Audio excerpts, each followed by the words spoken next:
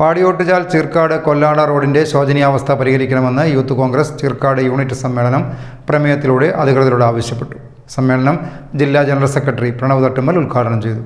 This news brought to by Boche Gold and Diamonds. Buy now, pay later. Youth Congress unit തല സമ്മേളനങ്ങൾക്ക് തുടക്കമായി. പെരിങ്ങോം-വൈക്കര മണ്ഡലത്തിലെ ചീർക്കാട് unit സമ്മേളനം youth Congress ജില്ലാ general secretary Pranav Thattummal ഉദ്ഘാടനം ചെയ്തു. വടകരയിൽ നിന്നും ഷാഫി ജയിച്ച പാലക്കാട് എന്ന് പറയുന്ന സീറ്റ്, ആ സീറ്റ് ഞങ്ങൾ നേരെ കൊണ്ടുപോയി BJP ഓഫീസിലേക്ക് കൊടുക്കുന്നതാണ്.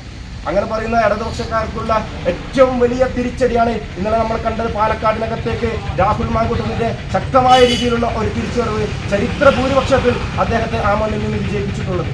പലതരത്തിലുള്ള വ്യാജ പ്രതിരോധങ്ങളും രാഹുൽ മാങ്കൂട്ടത്തിനെതിരെ പാലക്കാട്, ഷാഫിക്കെതിരെ വടകരയിൽ കാഫിർ പ്രയോഗം പോലുള്ള, അദ്ദേഹം ഒരു ന്യൂനപക്ഷത്തിൽപ്പെട്ട ഒരാളെയുണ്ട്, അദ്ദേഹം ഒരു മുസ്ലിം സമുദായത്തിന്റെ നാമധേയമുള്ള ഒരാളായതുകൊണ്ട് അദ്ദേഹത്തെ വർഗീയപരമായി ചിത്രീകരിക്കാൻ വേണ്ടി ഇടതുപക്ഷത്തിന്റെ ആൾക്കാർ നോക്കി.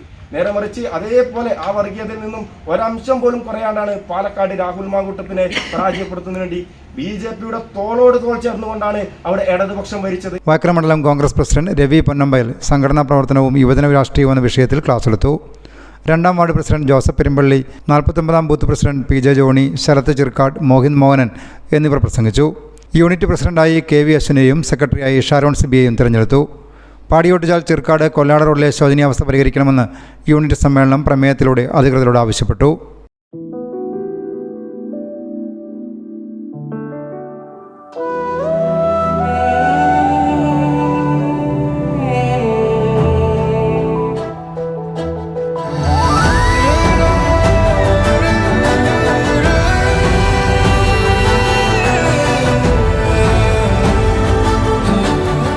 The real beauty in your heart.